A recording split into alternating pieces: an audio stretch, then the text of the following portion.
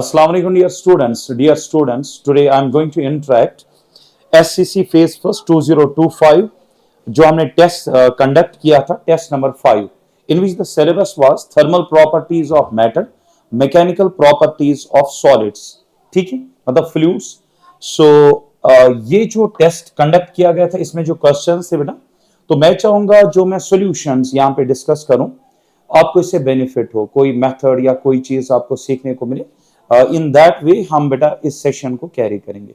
चलिए starting with question number first, which is the correct curve between the height or depression edge of liquid in a capillary tube and its radius r is. देखिए बेटा है क्या, एक capillary tube है, एक capillary tube है बेटा, उसकी रेडियस r और उसके अंदर जो लिक्विड h हाइट तक मतलब रेज होता है या डिप होता है, तो बेटा इन दो के बीच में आपको कर्व एस्टैब्लिश करना है.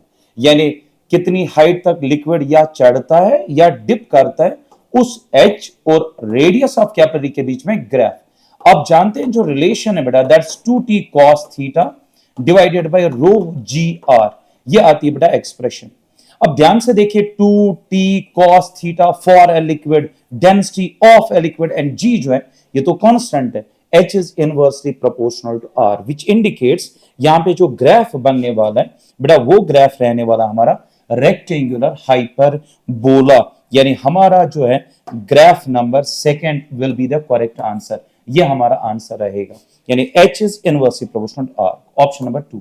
Next question, if a soap bubble expands the pressure inside the soap bubble.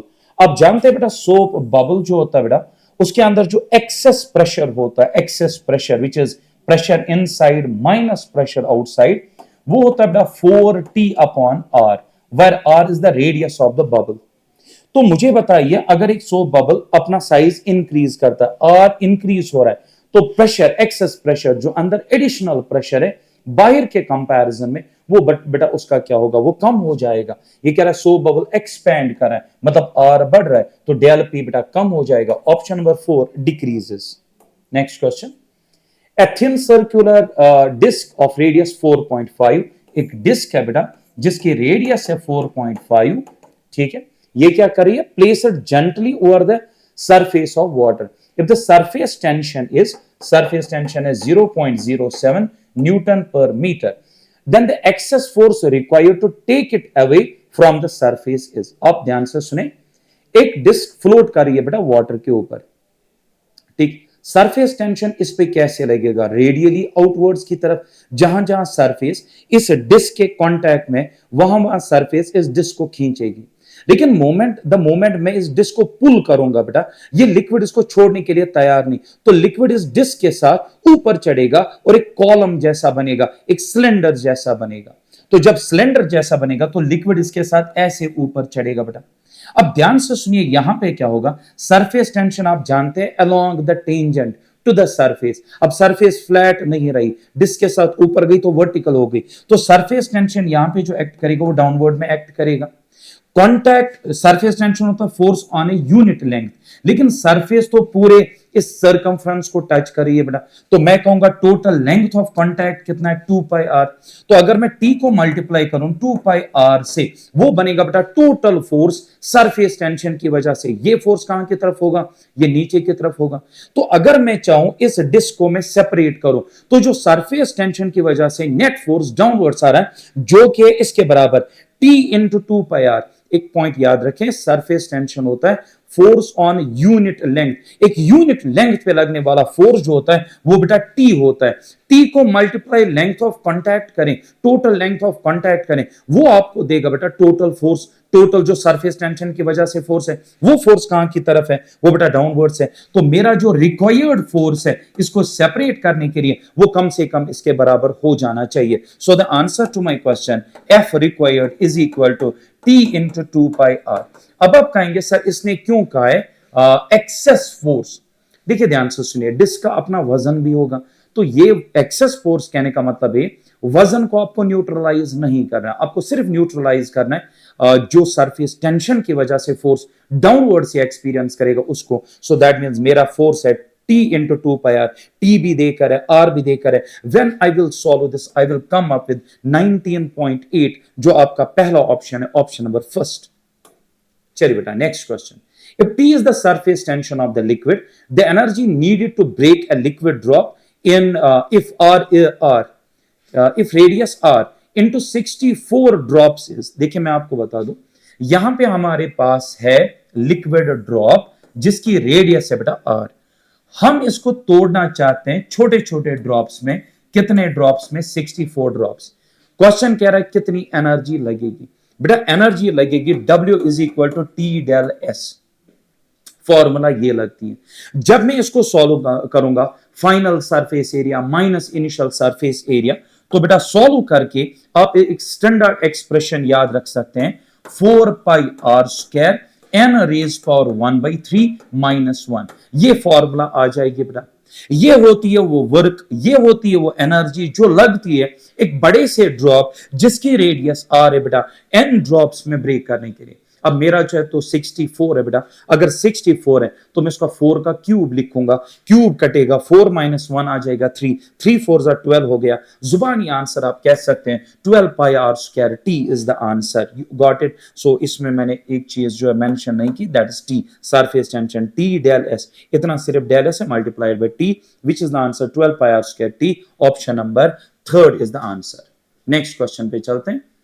A boat having length 3 meter and breadth 2 meter is floating on a lake। बेटा एक बोट है जिसकी लेंथ है बेटा 3 मीटर और जो ब्रेड्थ इसकी है बेटा वो कितनी है? 2 मीटर। इसके 2 मीटर, हाँ जी, ऑन द लेक।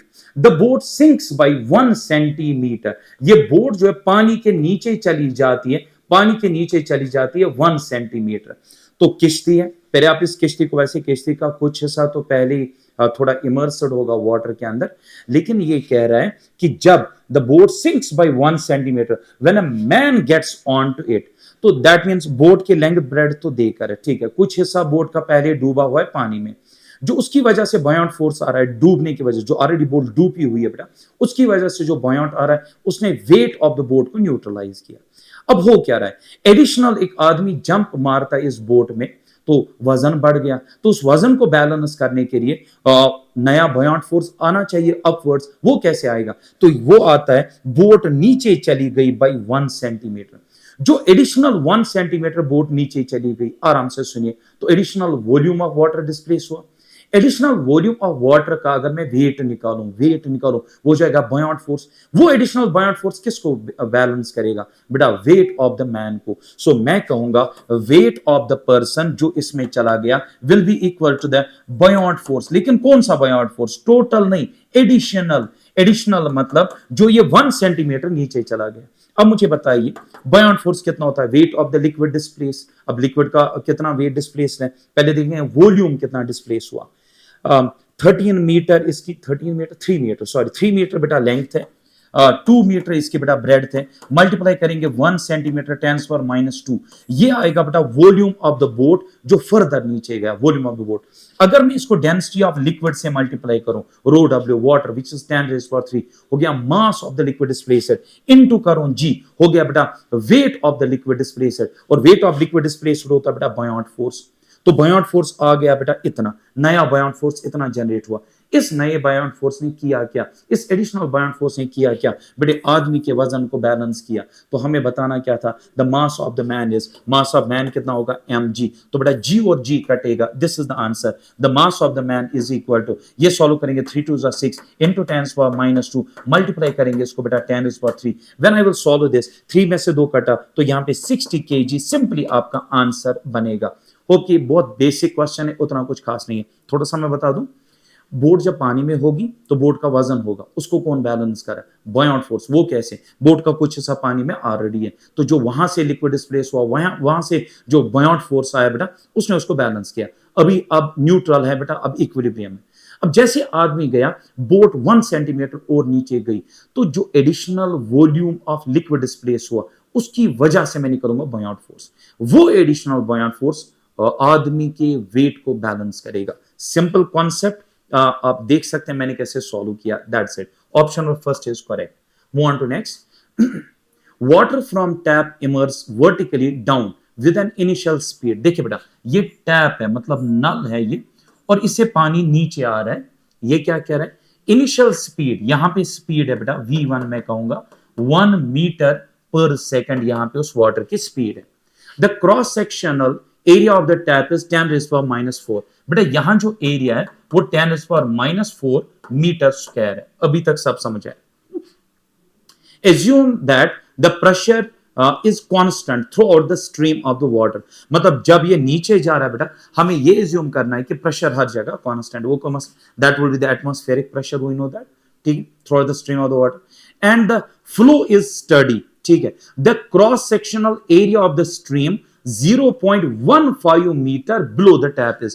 कहता है जब ये पानी नीचे आएगा, यहां से जो फनल ऑफ लिक्विड, यहां से जो लिक्विड कॉलम नीचे जाएगा बेटा, कहता है उसका एरिया बताओ कितना नीचे जाने पे, कितना नीचे जाने पे 0.15 मीटर जाने पे उसका एरिया बताओ। पहले हम ये देखेंगे जो पानी निकला, इसका इनिशियल एरिया क्या था? 10⁻⁴। नीचे आने से क्या हुआ कि इसका एरिया चेंज हुआ। देखिए मैं बताऊं, जब ये पानी गिरेगा it will move under the influence of the gravity, done. तो बेटा दैट मींस ये एक्सेलरेट करेगा, पानी की वेलोसिटी बढ़ती जाएगी। जब पानी की वेलोसिटी बढ़ेगी तो एरिया कम होगा। Equation of continuity a1v1 is equal a2v2। तो बेटा होगा क्या? जब ये नीचे आ रहा है इसकी वेलोसिटी बढ़ रही है, इसकी वेलोसिटी बढ़ेगी तो बेटा एरिया कम हो जाएगा। तो असल में जो पानी नीचे आएगा विद पैसेज ऑफ टाइम उस कॉलम ऑफ लिक्विड का एरिया कम होता जाएगा, वजह स्पीड बढ़ रही है बेटा, इक्वेशन ऑफ कंटिन्यूटी। तो आपको यहां पे एरिया बताना है। अब आप बोलेंगे सर ये तो क्वेश्चन फिनिश हो गया, a1v1 is equal to a2v2। बिल्कुल आप सही कह रहे हैं, अप्लाई यही करना है। a1v1, यहां पे एरिया, यहां पे वेलोसिटी, यहां पे एरिया, यहां पे velocity. The problem is that यहां पे एरिया भी अननोन है और यहां वेलोसिटी भी अननोन है। How will solve it? तो पहले आप लगाएंगे यहां से यहां तक इक्वेशंस ऑफ मोशन, क्योंकि ये बना मोशन अंडर ग्रेविटी पानी का। तो बेटा मैं क्या निकालूंगा? पहले यहां पे पानी की वेलोसिटी, किस इक्वेशन से? क्योंकि मुझे डिस्टेंस पता है, I will use v² minus u² is equal to as। देखिए बेटा फाइनल वेलोसिटी मुझे यहां पे निकालनी है। इनिशियल वेलोसिटी मुझे 1 देकर है, 2as, a के बदले g डालेंगे, s के बदले हम डालेंगे 0.15।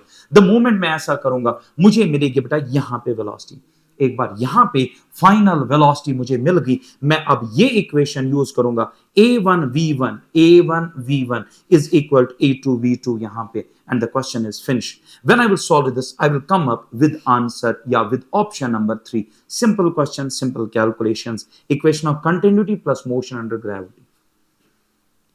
A log of wood of mass 120 kg floats in water. The weight that can be put on the raft to make it just sink should be। देखिए बेटा एक log of wood है, एक log of wood है, समझिए this the log of the wood, और इसका मास कितना है बेटा?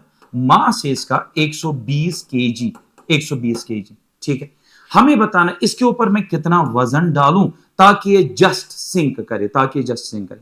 पहले मुझे एक चीज बताइए, डेंसिटी ऑफ वुड देकर है 600 kg पर क्यूबिक मीटर। देखिए मैं बताऊंगा आइडिया इसको सॉल्व करने का। डेंसिटी ऑफ वुड देकर, ठीक है, मैं मास और डेंसिटी लेकर निकालूंगा volume of the wood, volume of the log. जब ये सिंक हो जाएगा तो कितना पानी डिस्प्लेस होगा? सर इतना ही जितना आपने वॉल्यूम निकाला, जरा वॉल्यूम बताइए किसके बराबर?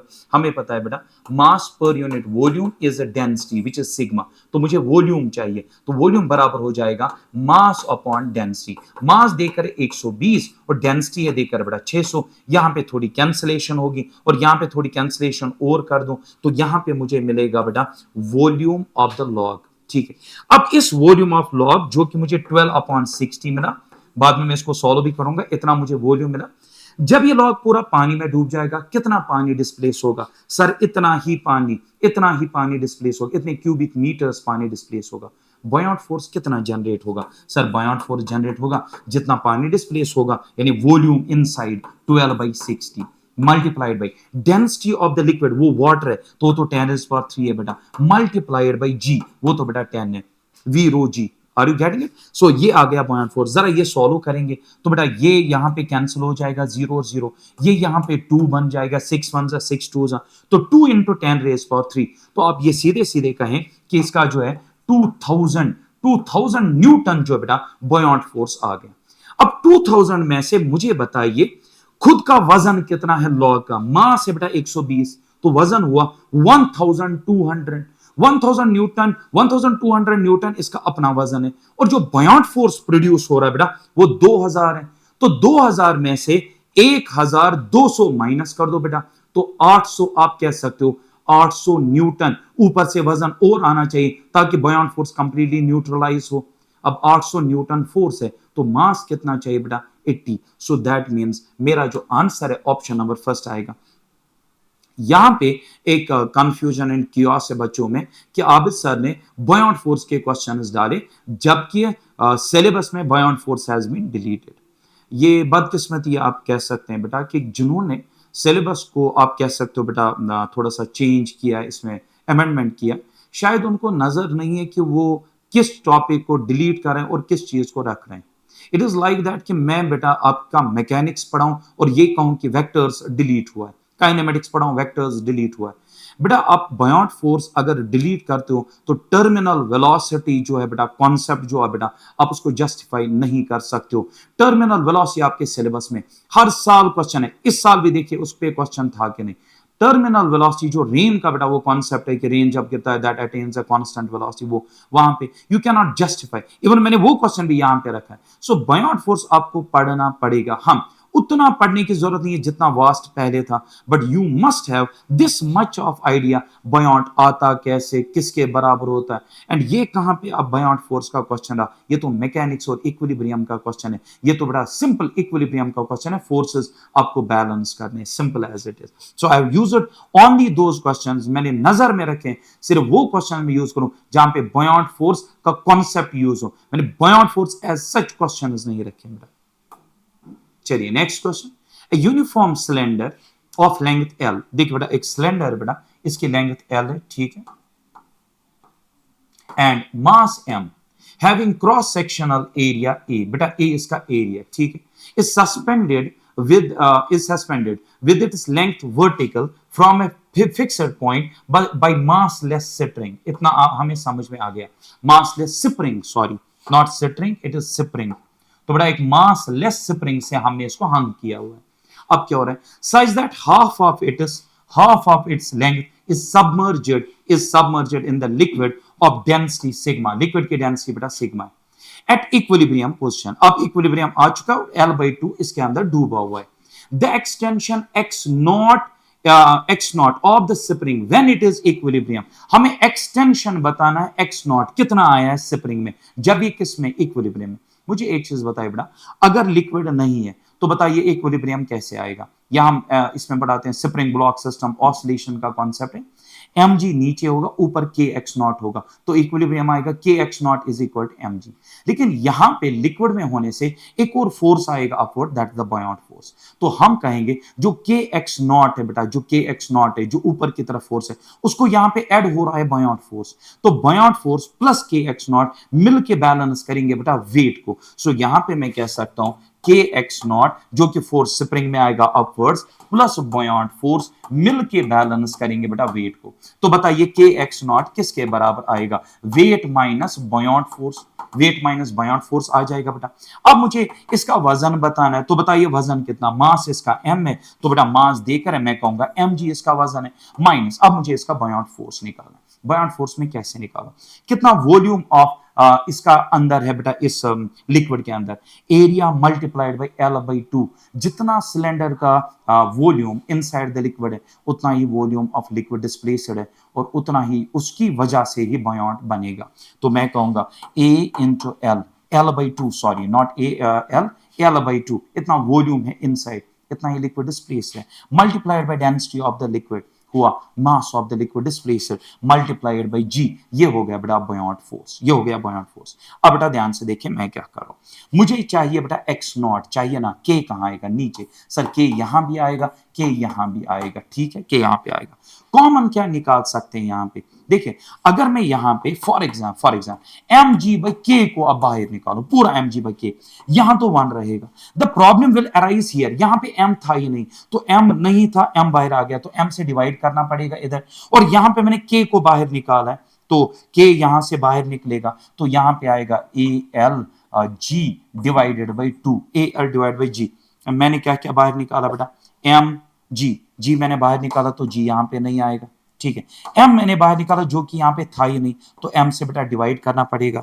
k मैंने बाहर निकाला है। So the beautiful answer to my question is, और हाँ सिग्मा ऊपर ही रहेगा, the beautiful answer will be mg by k 1 minus al sigma divided by m into k, m into 2, sorry यहाँ पे 2 है। So option number I think 3 आएगा answer इसका। सो बहुत ही बेसिक क्वेश्चन है, तो इतना कुछ खास नहीं है। मैंने क्या करा बेटा, के एक्स नॉट ऊपर है और इस टाइम बायोंड फोर्स भी ऊपर की तरफ दे रहा है, वो दो मिलके वजन को बैलेंस करें। जस्ट मैंने कॉमन निकाला एम जी बाई के, मास इसमें है नहीं, मास एडिशनल में मैंने डिवाइड कर दिया। सर ये 2 कहां से है बेटा, एल बाई 2 डूबा हुआ है, तो यहाँ पे 2 आ रहा है। Option number 3 is correct.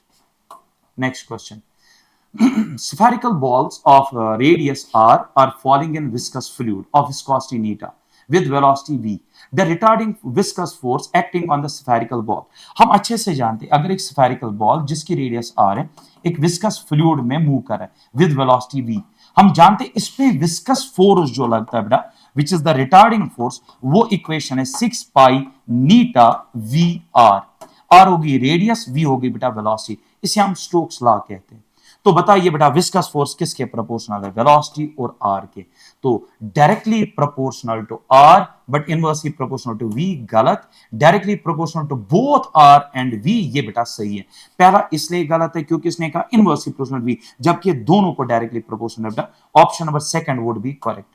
Next, if a capillary of radius r is dipped in a water, the height of water that rises in it is h। देखिए एक कैपिलरी ट्यूब है, ठीक है, इसकी रेडियस बेटा r है, और जब इसको पानी में डुबो दिया तो मान के चलिए इसमें लिक्विड चढ़ा अप टू हाइट h, ठीक है, और इतने लिक्विड का मास है बेटा m।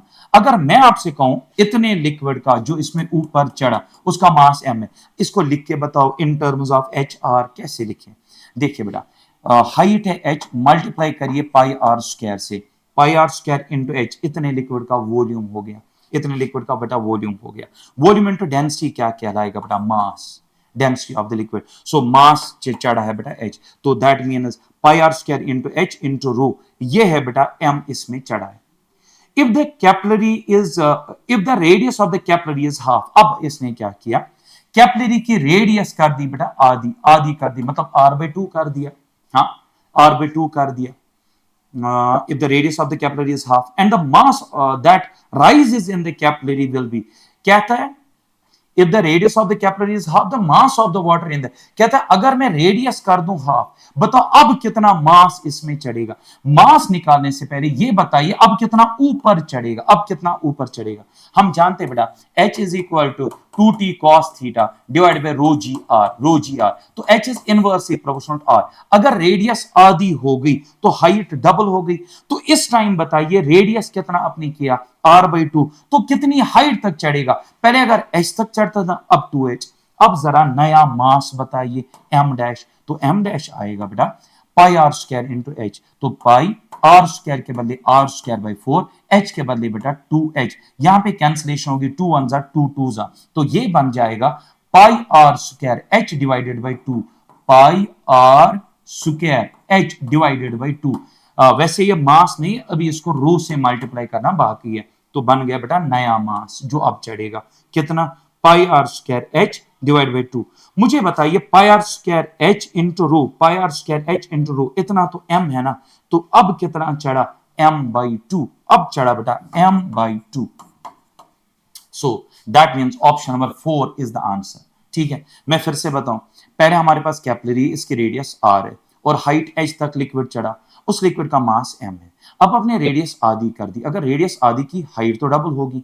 अब जो नया मास चढ़ा let it be m dash, अब बताइए वो m डैश किसके बराबर होगा, पाई आर स्क्वायर, लेकिन अब रेडियस r नहीं है, r/2 है, तो r स्क्वायर बाई 4 बनेगा, और h नहीं है बेटा 2h है। मैंने जब इसको कैंसिल किया तो मुझे बना पाई आर स्क्वायर बाई यहाँ पे 2 बचेगा और साथ में h। अगर मैं इसको रो से मल्टीप्लाई करूं नया मास बनेगा, नया मास कितना आया, ओरिजिनल मास का आधा m/2। So option number 4 is correct. Next, the maximum horizontal acceleration of the container so that the pressure at A of the container becomes atmospheric pressure। ये कहता है इस कंटेनर को मैं हॉरिजॉन्टली कितना एक्सेलरेट करूं ताकि यहां पे प्रेशर, इस पॉइंट पे प्रेशर बने P एटमॉस्फेयर। अब सॉल्व करने का जो बेस्ट तरीका वो ये है, अगर ये लिक्विड कॉलम इसके ऊपर से हट जाए तो it will be expose to the atmosphere, simple as it is. तो जैसे एक्सपोज होगा यहां पे खुद बन जाएगा बेटा पी एटमॉस्फेयर। हम अच्छे से जानते हैं जब हम कंटेनर को आगे एक्सलेरेट करेंगे, ध्यान से देखिए, ये सरफेस ऐसे पीछे की तरफ जाएगी क्योंकि इस पे आएगा बेटा पीछे की तरफ एक्सेलरेशन इस लिक्विड पे। बकेट आगे जा रहा है बट लिक्विड पे एक्सेलरेशन पीछे आएगी और लिक्विड बेटा ऐसे टिल्ट होगा। हम क्लासरूम में पढ़ाते हैं कि अगर हमारे पास बकेट ऐसे और हम आगे एक्सेलरेट कराते हैं तो ऐसे सरफेस हो जाती है। जो ये सरफेस इंक्लाइन होती है इस एंगल का value tan theta a by G होता है बेटा, a बाई जी होता है, horizontal acceleration divide by vertical acceleration, tan theta जिस एंगल पे आता है। अब मुझे बताइए, मुझे इस पॉइंट को एक्सपोज करना है, तो जरा बताइए लिक्विड लेवल कैसी बननी चाहिए, जरा बताइए, मुझे इसको एक्सपोज करना है। तो मेरे हिसाब से, ओ सॉरी, थैंक गॉड, चलो फिर से मैं गलती कर रहा हूं, चलो अच्छी बात है, स्लाइड बच गई, ध्यान से देखिए। तो ये कंटेनर है, ठीक है, लिक्विड कहां तक भरा है, जरा लिक्विड कहां तक भरा है सर, 2 मीटर तक भरा है, ठीक है, डायमेंशंस अच्छे से देख लीजिए, ये कितना बेटा 3 मीटर। आपको एक्सेलरेट करना है ताकि यहां पे पी एटमॉस्फेयर बने। मैं कहता हूं ये सारा लिक्विड यहां से निकल जाना चाहिए। तो लिक्विड कब निकलेगा, जरा ध्यान से सुनिएगा बेटा, जब ये वाली लेवल यहां पहुंचेगी। ये वाली लेवल यहां आने के लिए इस लेवल को नीचे आना पड़ेगा 2 मीटर, 2 मीटर। तो ये वाली लेवल फिर ऊपर जाएगी 2 मीटर। सिमेट्रिकली अगर ये वाला लेवल जो है नीचे आ रहा है 2 मीटर, तो यहां से चढ़ेगा 2 मीटर। अब मुझे बताइए जो नया आपका केस है वो क्या बनेगा, वो ऐसा, sorry not like this, it will be like this. तो बताइए ऑलरेडी था 2 मीटर तक लिक्विड, तो 2 मीटर यहां से चढ़ा, 2 मीटर यहां से नीचे उतरा, इट्स लाइक दिस, 2 मीटर यहां से उतरा, यहां से चढ़ा बेटा। तो बताइए ये टोटल कितनी होगी सर, 4 मीटर, और ये कितनी है बेटा, इट इज 3 मीटर। तो बताइए ये एंगल अब थीटा कितना हुआ, ठीक है, ये हुआ tan theta is equal 4/3 perpendicular by base. लेकिन ये तो होता ना a बाई जी बी, शायद जी, सो अगर ये g में इधर लाऊं तो a मिल गया बेटा 4/3g। So which is the answer to my question, it is 4/3g, option number 2। Hope कि आपको समझ में आया। फिर से एक और बार, लेवल बेटा ऐसे 2 मीटर यहां से भी, 2 मीटर यहां से भी, कोई टेंशन नहीं है। मैं चाहता हूं यहां पे एटमॉस्फेरिक प्रेशर बने इस पॉइंट पे, तो लिक्विड इससे हट जाना चाहिए, वरना लिक्विड जितना इसके ऊपर आएगा इस पे आएगा रो जी एच लिक्विड का प्रेशर। लेकिन क्वेश्चन कह रहा है सिर्फ एटमॉस्फेरिक प्रेशर रहना चाहिए, तो ये लिक्विड यहां से हटना चाहिए। लिक्विड हटने के लिए ये लेवल को नीचे आना पड़ेगा 2 मीटर, तो यहां से ये लिक्विड ऊपर जाएगा 2 मीटर। कुल मिला के टोटल हाइट यहां पे बनेगी 4, और यहां पे खत्म, यहां पे आ जाएगा एटमॉस्फेयर। और मैंने अभी पढ़ाया आपको कॉन्सेप्ट, ये जो इंक्लाइन होता है tan थीटा, ये a by g होता है। I solved the numerical, I came up with the answer, it's 4/3g, which is option number 2nd. Next question. Hole is made at bottom of container. A container filled with liquid up to height 20 meters is placed on a stool of height 5 meter as shown. The range of the water is. पहले आपको पता होना चाहिए जो range of liquid होता है, एक container जो आप चाहे ग्राउंड पे रखिए या आप टेबल पे रखिए, रेंज में इक्वेशन जो बेटा 4 टाइम्स, याद रखें 4 times, depth of the hole याद रखें मल्टीप्लाइड बाय हाइट। अब क्वेश्चन ये, depth of hole multiplied by height of the hole. Depth कहां से, हाइट कहां से, डेप्थ होती फ्री सरफेस से, हाइट होती है बेटा अबव द ग्राउंड, ग्राउंड से, न कि टेबल से। जरा इस होल की पोजीशन देखिए ग्राउंड से कितनी है, तो ग्राउंड से ये 5 मीटर ऊपर है, हाइट हो गया 5, डेप्थ होगी बेटा 20, आंसर आ गया 4 इंटू 20 इंटू 5, 5 4 20, 20 इंटू 20 400 हो गया। तो रूट ऑफ 400 हमारा आंसर है। अगर हमारा रूट ऑफ 400 नहीं है तो बेटा 20 है, क्योंकि रूट ऑफ 400 जो बेटा 20 के बराबर है। So that's it. माइंड में रखें, रेंज बराबर होता है 4 times root of 4 times depth into height. Depth हमेशा ग्राउंड से, हाइट जो है, सॉरी क्या मैं बोल रहा हूं, डेप्थ बेटा below the free surface and height above the ground. तो चलिए, not from the table. In the case of a sphere falling through viscous medium, it attains terminal velocity when, देखिए एक sphere viscous fluid से जा रहा है, ये कह रहा है ये कब terminal velocity attain करेगा। तो अगर आप थोड़ा सा याद करें, नीचे उतरने पे, ये नीचे उतरने पे इस पे 3 टाइप्स ऑफ फोर्स लग रहे होते हैं। एक होता है बेटा बुयोंट फोर्स जो कि ऊपर लगेगा, दूसरा इस पे लगेगा विस्कस फोर्स और वेट लगेगा बेटा नीचे। तीन फोर्सेस एक स्फीयर पे एक्ट करें। टर्मिनल वेलोसिटी होगी वेलोसिटी कांस्टेंट। वेलोसिटी अगर कांस्टेंट है, नेट फोर्स लगना चाहिए zero. Upward force must be equal downward. Upward में कौन कौन आता है? बॉयंट और विस्कस। और वेट कहां बेटा? नीचे। अब देखिए ये किसका क्वेश्चन है, क्या ये आपके सिलेबस का है? हाँ सर ये बताइए सिलेबस का अगर है तो ये कौन सा फोर्स है? Buoyant force. यही देखकर मैंने बेटा वो क्वेश्चन रखे। तो प्लीज कमेंट्स में आप बिल्कुल भी नहीं लिखेंगे sir what about the buoyant force, that has been deleted. That has been deleted from their point of view, not from mine. So remember this. So buoyant force plus viscous force जब balance करेगा weight को, तो पहला है viscous force plus buoyant force becomes equal to force of gravity. और कुछ पढ़ने की जरूरत नहीं है। Done, done with this. Option 1 is correct. Air stream flows horizontally past an aeroplane wing. समझ लीजिए ये एरोप्लेन की बेटा विंग है, ठीक है। इसके ऊपर और इसके नीचे से एयर फ्लो कर रही है। अब क्या कह रहे हैं? एरिया है बेटा इसका, एरिया ऑफ द विंग जो है बेटा वो 4 मीटर स्क्वायर है, ठीक है। Speed of air over the top surfaces, top वाली सरफेस के ऊपर है 60 metre per second and under the bottom it is 40 metre per second, ठीक है।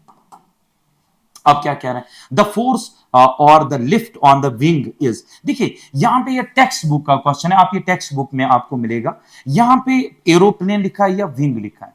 देखिए फर्क क्या पड़ेगा। अगर विंग पे लिखा है तो एक ही एरिया लेना पड़ेगा। अगर ये एरोप्लेन का क्या था, एरोप्लेन में 2 विंग्स होती तो आप कैसे दो, अब 2 विंग्स का एरिया आपको इंक्लूड करना पड़ता।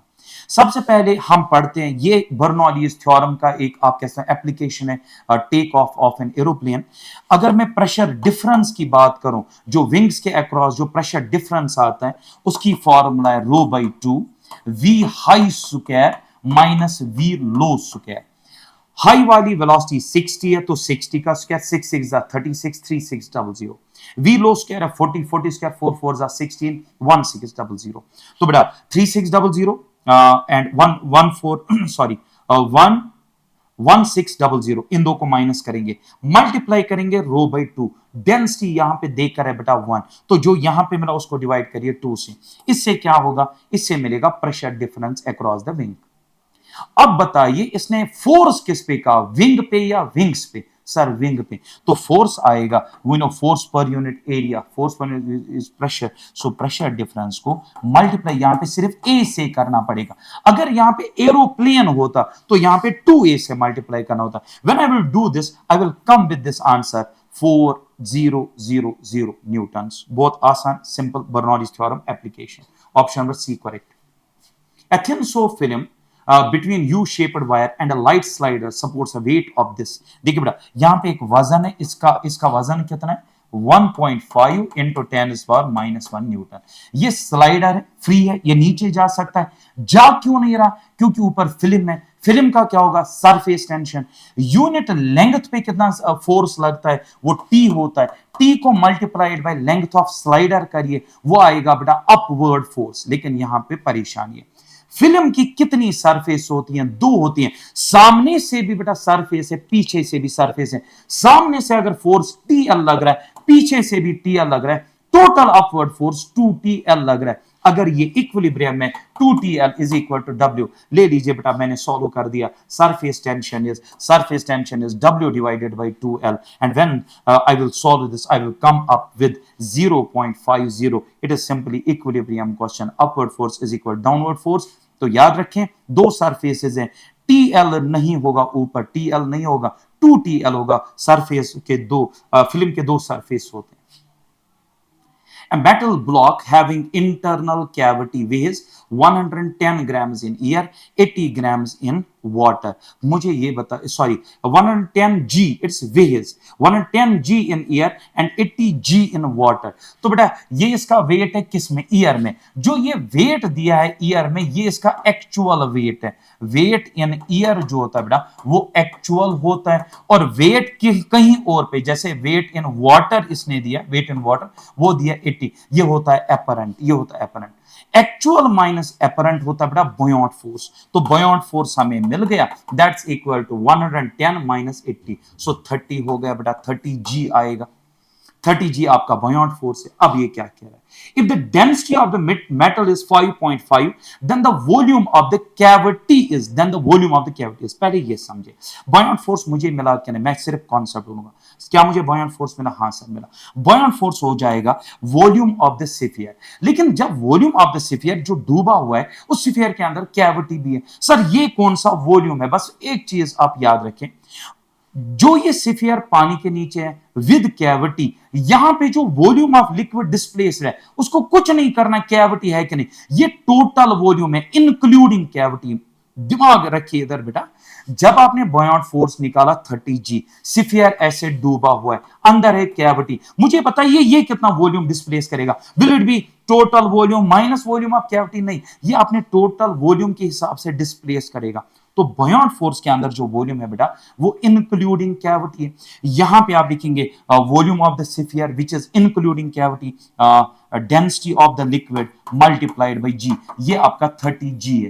यहां से जो आप निकालेंगे वो होगा total volume, total including cavity. आ गया समझ?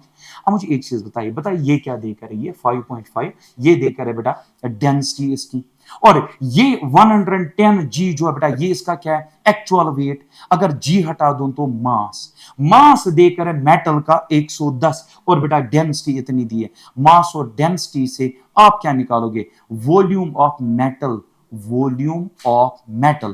क्योंकि डेंसिटी हमें देकर है मटेरियल की, हवा की नहीं देकर है, और मास इसका 110। इन दो से हमें मिलेगा वॉल्यूम, मास और इस डेंसिटी, लेकिन किसका? कैविटी का नहीं, मेटल का। अब बताओ टोटल वॉल्यूम यहां पे इंक्लूडिंग मेटल और कैविटी, यहां से मिलेगा और वहां से मिलेगा वॉल्यूम ऑफ द मेटल। अगर बेटा मैं इस टोटल वॉल्यूम में से माइनस कर दूं वॉल्यूम ऑफ द मेटल, बताइए किसका वॉल्यूम मिलेगा? सर हमें मिलेगा volume of the cavity. Once you solve it it will come option number 3, it is density. याद रहे buoyant फोर्स के अंदर जो वॉल्यूम आएगा बेटा वो इंक्लूडिंग कैविटी होगा, और यहां से जो मास और डेंसिटी से वॉल्यूम मिलेगा वो सिर्फ मेटल का मिलेगा। चलिए next, a cubical block is floating in a liquid with half of its volume immersed in liquid. When the whole system accelerates upwards with acceleration g by d, the fraction of volume immersed in the liquid will be। ये बेटा एक derived आप कह सकते हो, result standard का हो, derived का हो, अब जो भी कहो, याद रहे कि जब एक चीज फ्लोट कर रही हो पानी पे, ठीक है, अगर आप उस बकेट को एक्सेलरेट करें अपवर्ड्स या डाउनवर्ड्स, बेटा जो फ्रैक्शन पानी के अंदर होता है या वो फ्रैक्शन जो पानी के बाहर होता है बॉडी का, उस पे कोई फर्क नहीं पड़ता है। यूजुअली क्लासेस में, नॉर्मल क्लास में we use to derive this result, but you can remember as it is कि जब हम एक्सेलरेट कराते हैं इसमें आप इक्वेशन बना सकते हो, वहां पे जी इफेक्टिव देखोगे, buoyant फोर्स देखोगे, कुल मिला के जब हम इनिशियल मतलब पहले विदाउट एक्सेलरेशन इमर्स्ड वॉल्यूम निकालते हैं और आफ्टर एक्सेलरेशन इमर्स्ड वॉल्यूम निकालते हैं, दैट कम्स सेम। यानी आप स्टैंडर्ड कॉन्सेप्ट याद रखें कि इमर्स्ड वॉल्यूम पे एक्सेलरेशन ऑफ बकेट से कोई फर्क नहीं पड़ता, जितना पहले उतना बाद में। तो बताइए बेटा पहले कितना इमर्स्ड था? Half of volume is immersed, तो बाद में भी कितना होगा? सर हाफ ही इमर्स्ड रहेगा। अब इसको चेक कर सकते हैं, it's already done in the classroom work. A liquid does not wet the solid surface if the angle of contact is। बेटा does not wet, non waiting liquids में आएगा। Non waiting वो आएंगे बेटा जिनमें कोहेसिव फोर्स कमजोर होगा, cohesive force strong होगा, एडिसिव बेटा कमजोर होगा। मरकरी की बेस्ट एग्जांपल है बेटा, आपस में बॉन्डिंग स्ट्रांगर होगी, दूसरे के साथ कम, वही बेटा वेट नहीं करेंगे। वेटिंग, नॉन वेटिंग लिक्विड्स उन्हीं को बोलते हैं। और ऐसे लिक्विड्स जिसकी मैंने एग्जांपल दी मरकरी, कॉन्टैक्ट एंगल ऑब्ट्यूज होता है। मतलब याद रखिए बेटा जो डज नॉट वेट है बेटा उनका ऑब्ट्यूज होता है, मतलब greater than 90। Option number 4। A flow of liquid is streamlined if the Reynolds number is। पहले मैं ये बता दूं रेनॉल्ड्स नंबर का जो रेंज है बेटा, तो टेक्स्ट बुक के हिसाब से अगर मैं जाऊं 0 से 2000 के बीच में Reynolds number rho V D divided by metre, ये हम क्लासरूम में पढ़ाते हैं। ये हमें टर्बुलेंस देता है रेनॉल्ड्स नंबर। 0 से लेकर 2000 के बीच में स्ट्रीमलाइन है। 2000 से 3000 के बीच में बेटा जो इसका नेचर है दैट इज ट्रांजिशनल फ्लो। 3000 से ज्यादा टर्बुलेंट फ्लो।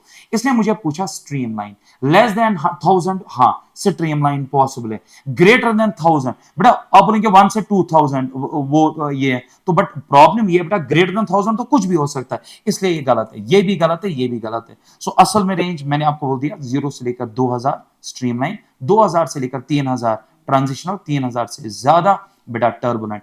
इस ऑप्शन के साथ दिक्कत यह है ग्रेटर देन 1000 2000 तक भी होता है और 2 से ज्यादा भी होता है, तो बेटा गलत। चलिए, velocity of liquid entering is 10 metre per second, यहां पे जो वेलोसिटी है वो 10 मीटर पर सेकंड है। Then what will be the height difference, आपको इन दो कॉलम्स ऑफ लिक्विड में हाइट डिफरेंस, पहले मैं बताऊं ये क्या, ये वेंचुरीमीटर। वेंचुरीमीटर कहां पढ़ते हो बेटा, बर्नौलीज एप्लीकेशन। बर्नौलीज एप्लीकेशन में वेंचुरीमीटर का क्या काम है, वेंचुरीमीटर से होता है क्या, it is used to measure the velocity of flow of liquid, of ideal liquid you can say, जिसका स्ट्रीमलाइन मोशन हो, ये उसकी वेलोसिटी निकालने में आप ये apparatus यूज करते हो, नाम है बेटा वेंचुरीमीटर। इसकी इक्वेशन जिसको याद है, इक्वेशन ऑफ वेंचुरीमीटर के नाम से मशहूर है, वही v is equal root of 2gh divide by 1 minus a by a, या आप कह सकते हो a square by a square. मैं करने वाला था a बाई a का होल स्क्वायर, आप ऐसे भी कर सकते हो a square by a square, small a square by capital A square. Small a square बेटा यहां पे एरिया हुआ, कैपिटल A स्क्वायर यहां पे हुआ। अब देखिए बेटा बड़ा एरिया भी देकर है, छोटा एरिया भी देकर है, सब देकर है। जब आप ये h निकालोगे तो बेटा h आप जानते हो ये डायरेक्टली होता है बेटा डिफरेंस इन द हाइट्स। तो it is a formula based question, nothing new in this. Once you will solve this, h will come equal to 15 meters, क्योंकि सब देकर, देखो वेलोसिटी यहां पे देकर है 10 metre per second, 2gh1 a by a देकर है, सिर्फ h अननोन है, squaring on both sides, then you will solve it. Already done in classroom work, जो हमारे मॉड्यूल्स हैं बेटा, जो हम आपको प्रोवाइड करते हैं बेटा, उनमें भी आपको ये क्वेश्चन मिलेगा। The work done in blowing a soap bubble of surface tension this from this to this, soap bubble की रेडियस पहले है बेटा 2 और बाद में आपको इसकी रेडियस करनी है बेटा 5। आपको बताना है वर्क कितनी लगेगी। वर्क आप सोच रहे होंगे, वर्क के 3 एक्सप्रेशंस हैं, पहले सोचेंगे एफ डॉट एस, फिर सोचेंगे integral of F dot D R, और सोचेंगे T del S. The question is यहां पे कौन सा लगेगा। जब भी हमारी वर्क से सरफेस एरिया चेंज हो, जब भी हमारी वजह से सरफेस एरिया चेंज हो, तब आपको ये यूज करना चाहिए टी डेल एस। तो बेटा ये इसका आंसर है, क्योंकि सरफेस एरिया चेंज हो रहा है। Final surface area minus initial surface area 4 pi R square minus 4 pi R dash square, R square आएगा 5, ये आ जाएगा 2, तो आसान है। इसमें गलती क्या, इसमें ये गलती आप 2 लिखना भूल जाते हैं। जब सरफेस एरिया में चेंज आएगा वो एक साइड से नहीं आएगा, सो बबल की 2 होती हैं बेटा, तो surface area final minus initial तो आप कर लेते हो, लेकिन 2 भूल जाते हो क्योंकि यू फॉरगेट इसके 2 सरफेस हैं। तो इससे आपको बेटा वर्क मिलेगा, और जैसे मैं सॉल्व करूं it will come option number first 3.12, बहुत ही fundamental basic question. A solid sphere of radius r made of soft material of bulk modulus k is surrounded by liquid in A cylindrical container. देखिए ये cylindrical container है, ये liquid है बेटा, और ये लिक्विड सराउंड कर रहा है एक सॉलिड स्फीयर को जिसका बल्क मॉड्यूलस के है, ठीक है। It's a cylindrical vessel. इस सिलेंड्रिकल वेसल के ऊपर लगाया गया है एक पिस्टन जिसका एरिया है बेटा ए, इसका एरिया है ए, इसको याद रखें, पिस्टन लगा, ठीक है, on surface covering the entire section of this.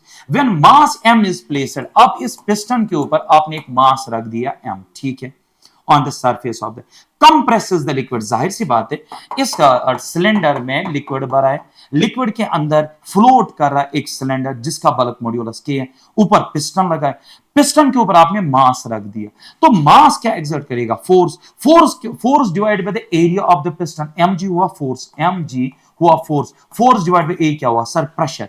वो प्रेशर कहां आएगा, वो फ्लूइड पे आएगा, फ्लूइड से कहां आएगा, वो फ्लूइड से ट्रांसफर होगा बेटा इस स्फीयर के ऊपर। जैसे स्फीयर के ऊपर प्रेशर आ जाएगा तो क्या होगा, उसकी रेडियस चेंज होगी, तो जब रेडियस चेंज होगी आपको निकालना क्या है, डी आर बाई आर आपको निकालना है, change in radius divided by the origin. Are you getting it? How to solve this? It's a simple and fundamental question. Now listen carefully. सबसे पहले हमें एक चीज पता होना चाहिए, बल्क मॉड्यूलस किसके बराबर है। तो मैं आपको बता दूं, बल्क मॉड्यूलस होता है P D V by V, ये होता है बेटा हमारा बल्क मॉड्यूलस, ठीक। अगर मैं यहां से आपको बता दूं बेटा बल्क मॉड्यूलस का एक्सप्रेशन पी वी, यहाँ पे एक माइनस भी आप देखते हो, वो इसीलिए हम लगाते हैं ताकि वो माइनस जो अंदर आता है प्रेशर के आने से रेडियस कम होगा, वॉल्यूम कम होगा, तो डीवी नेगेटिव आएगा, उसको कैंसिल करने के लिए ये लगता है। यहां से अगर मैं डीवी को बाहर निकाल दूं, डीवी को, तो मुझे मिलेगा minus P V divided by के। अब मुझे इन चीजों का बेटा वैल्यू डालना है यहाँ पे, जैसे डीवी का वैल्यू चाहिए, प्रेशर का वैल्यू चाहिए, वॉल्यूम का वैल्यू चाहिए। तो देखिए सिफियर है, मान के चलिए इसकी रेडियस आर है बेटा, तो जरा वॉल्यूम बताइए इसका। Sir 4/3 pi R cube, 4/3 pi R cube इसका वॉल्यूम है बेटा। ठीक है, ये इसका क्या हुआ सर, वॉल्यूम हुआ। जरा डीवी बाई डी आर करिए। आप क्यों सर ये करें डीवी बाई डी आर? क्योंकि बेटा मुझे डीवी का वैल्यू चाहिए, तो इसलिए डीवी यहां से मैं मैनेज कर लूं, डीवी बाई डी आर। तो जैसे मैं डिफरेंशिएशन करूं, 4/3 पाई तो कांस्टेंट है, ये बनेगा 3r²। अब अगर मैं डीवी निकालूं तो डीवी आ जाएगा 4/3 पाई पाई, और यहां पे आएगा 3r², और डी आर इधर ले लीजिए। तो बताइए ये किसका वैल्यू मिला, डीवी का। तो डीवी का जरा वैल्यू डालेंगे, 4/3 पाई 3r² डी आर। ये बेटा मुझे डी आर डीवी का वैल्यू मिला, is equal to minus pressure. Pressure कितना आएगा बेटा उस मास की वजह से, तो मैंने अभी निकाल के दिया, mg उसका वेट होगा divide by area of the piston जो है बेटा ए, तो इतना प्रेशर है। वॉल्यूम कितना है, 4/3 पाई आर क्यूब, और नीचे क्या है बेटा, बल्क मॉड्यूलस के। अब मुझे बताइए कटेगा यहां पे क्या, 4/3 पाई कटेगा, इसमें कोई शक नहीं है। अच्छा यहां पे क्या है, 4/3, यहाँ पे 3r³ नहीं है बेटा, ये r² है, इसकी डिफरेंशिएशन होगी r²। क्या मैं लिख रहा हूं, इट्स r²। कटेगा बेटा r² से, यहाँ पे r बचेगा, तो यहाँ पे r बचेगा, यहाँ पे dr बचा, और क्या बचा यहाँ पे 3, तो यहाँ पे बचा 3dr, और यहां से लाइए नीचे r। आपको आ रहा समझ में क्या करूं, dr बाई r मैनेज करो।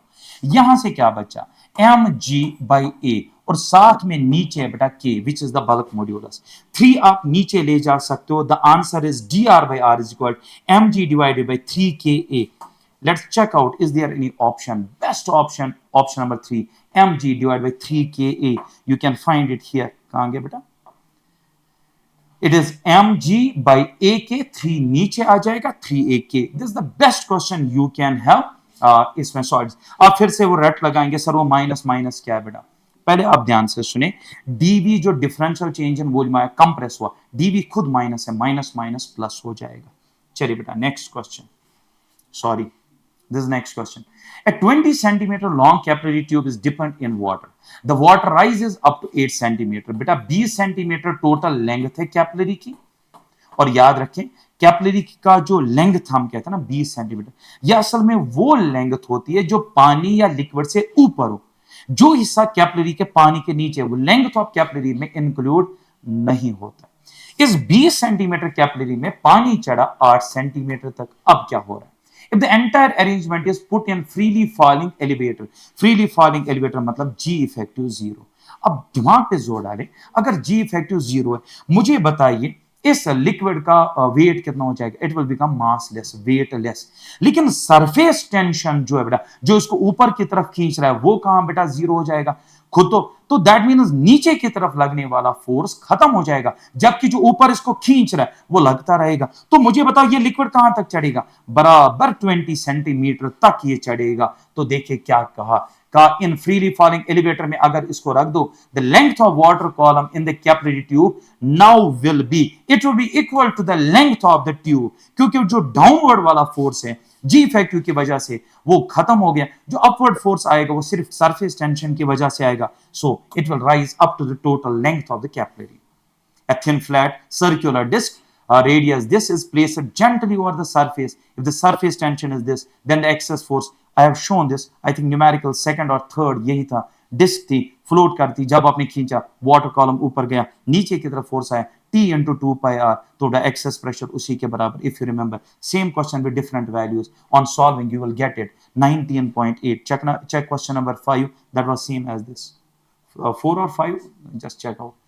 A wind with speed 40 meter blows parallel to the roof of house, ठीक है, the area of the roof is this much, Assuming that the pressure inside the house is atmospheric pressure, the force exerted by the wind on the roof and the direction of the force. पहले ध्यान से देखिए बेटा, ये हमारी मकान है, for example ये मकान है, इसके ऊपर से विंड चल रही है 250 मीटर पर स्क्वायर से। अंदर जो वेलोसिटी होगी मकान के इनसाइड वो ऑलमोस्ट आप जीरो मान के चलिए, क्योंकि इसने अंदर बोला एटमॉस्फेरिक प्रेशर है। अगर अंदर एटमॉस्फेरिक प्रेशर तो याद रखिए वेलोसिटी आप जीरो लेंगे, क्योंकि जब वेलोसिटी आप लोगे प्रेशर कम हो जाएगा। हमने ये पढ़ा हुआ है बेटा, जब वेलोसिटी ज्यादा, जहां वेलोसिटी ज्यादा वहां प्रेशर कम। अगर कमरे में अभी भी नॉर्मल एटमॉस्फेयर है तो वेलोसिटी जीरो, तो नीचे वेलोसिटी जीरो छत के और ऊपर 250 मीटर पर सेकंड, तो आपको अक्रॉस द छत वेलोसिटीज मिल गई, ऊपर 250 नीचे जीरो। कह रहा है कितना फोर्स आएगा, वही एरोप्लेन की फॉर्मूला, वही बेटा rho by two, it is V high square minus V low square बेटा जीरो, हाई स्क्वायर है बेटा ये। आपको इससे क्या मिलेगा, pressure difference multiplied with the area of roof will give the force, and if I am not wrong option number 2.4। बट यहां पे आप देखिएगा डायरेक्शन का भी मसला है। बताइए ऊपर वेलोसिटी क्या है, ज्यादा, छत के ऊपर वेलोसिटी ज्यादा, वहां प्रेशर कम, नीचे वेलोसिटी जीरो, प्रेशर बहुत ज्यादा, तो नेट प्रेशर कहां, ऊपर की तरफ, तो बेटा लगेगा फोर्स अपवर्ड्स। तो इस हिसाब से हमारा यही ऑप्शन सही है, वरना 2.4 नीचे भी है बट डायरेक्शन गलत है, नेट फोर्स बेटा अपवर्ड्स लगेगा। So this the beautiful question of equation of continuity. तो बेटा ध्यान से देखिए, वेलोसिटी ऑफ लिक्विड एंटरिंग, अब ये मतलब क्या एक्सप्लेन मैं करूं, यहां से लिक्विड आ रहा है, यहां पे एरिया, यहां पे वेलोसिटी देकर है, यहां पे वेलोसिटी, यहां एरिया देकर है, यहां एरिया देकर है, वेलोसिटी अननोन है। यू ऑलरेडी नो जितना मास आएगा एंटरिंग उतना मास लीव करेगा। Finally we come up with the result, A1 V1 is equal A2 V2 plus A3 V3। A1 V1 आने वाला वो मास और liquid is equal A2 V2 plus A3 V3। Solve करने के बाद A3 V3, सिर्फ V3 unknown है बेटा, you will come up with 5 metre per second. Equation of continuity based है, zero level question. A piece of ice falls from the height h, बेटा ध्यान से देखिए, एक आइस है, ये हाइट h से गिर रहा है जमीन पे, ठीक है। It melts completely, पूरा मेल्ट डाउन हो गया। Only 1/4 of the heat produced is absorbed by the ice, and all of the ice gets converted into heat during its fall। नहीं, ऐसे नहीं है, the value of h, देखिए मैं आपको ऐसे समझाऊं, देखिए ये h से गिरा, बताइए इसके पास एनर्जी कितनी है। अगर कोई चीज है height h with respect to surface of earth को रेफरेंस माना जाए, तो हम कहेंगे इसके पास पोटेंशियल एनर्जी है mgh। 1/4 जो इस टोटल एनर्जी का 1/4 जो बेटा वो मेल्टिंग में चला गया, वो हीट में कन्वर्ट हुआ, इतना 1/4 of the total energy heat में कन्वर्ट हुआ। अब हीट से क्या होगा, या तो टेम्परेचर चेंज होगा, या तो बेटा आप कह सकते सब्सटेंस की फॉर्म चेंज होगी। तो मुझे बताइए यहां पे मेल्टिंग हो रहा है तो फॉर्म चेंज होगी, तो हीट जो हम लिखेंगे ml, F यानी लेटेंट हीट ऑफ फ्यूजन। ये ले लीजिए बेटा, आपका आंसर तैयार हो गया। देखो उसने क्या कहा, टोटल एनर्जी का 1/4 यूज हुआ मेल्ट डाउन करने में आइस, और मेल्ट डाउन आइस करने में जो हीट लगती है वो mc डेल्टी नहीं होती, वो ml होती है। और इसने मुझे कहा h का वैल्यू बताओ, ये ले लीजिए, h का सॉल्व करिए, m देकर है l, m और m कैंसिल हो जाएगा, सब कुछ आपके पास है, you can solve this. Solve करने के बाद 136 which is option number first आपका आना चाहिए। मैं आपको कॉन्सेप्ट दे रहा हूं, हो क्या रहा है, डेटा आप आराम से मैनेज कर सकते हैं। Container filled with water is accelerating A, this find theta. Standard formula अभी पढ़ा है मैंने उस क्वेश्चन में कि ये tan थीटा बराबर होता है बेटा A/G होता है, और यहां पे थीटा हमें क्या देकर है, हमें A देकर है, कितना देकर है, G/√3। जैसे G/√3 डालोगे G कैंसिल, 1/√3। अब जानते हैं tan का वैल्यू 1/√3 30 डिग्रीज पे होता है, सो बेटा 30 degrees is the answer. Moving with next question, if the container is rotating with angular velocity omega, then the height difference between highest and lowest level is 10 centimeter. Now the angular velocity is doubled, then the height difference will be। पहले मैं एक चीज बताऊं, ये मैं जो है entrance में हर एक बैच में पढ़ाता हूं, ये इनको बोलते हैं रोटेटिंग लिक्विड जो है बेटा इनसाइड ए सिलेंडर।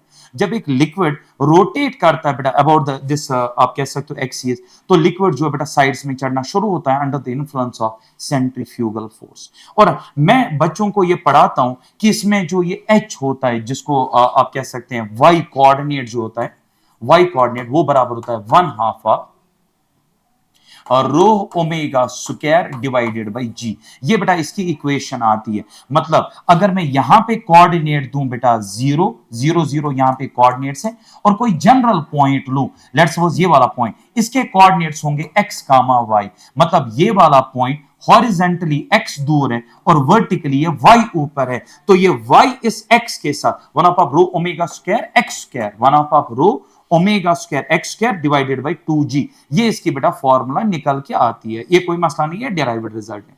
अब ध्यान से देखिए, इनिशियली जो ये हाइट डिफरेंस है ये बेटा 10 है, ठीक है। जब एंगुलर वेलोसिटी कितनी है, जब एंगुलर वेलोसिटी है ओमेगा, तो दैट मींस अगर मैं कहूं y और ओमेगा के बीच में रिलेशन क्या है, तो directly proportional to omega square.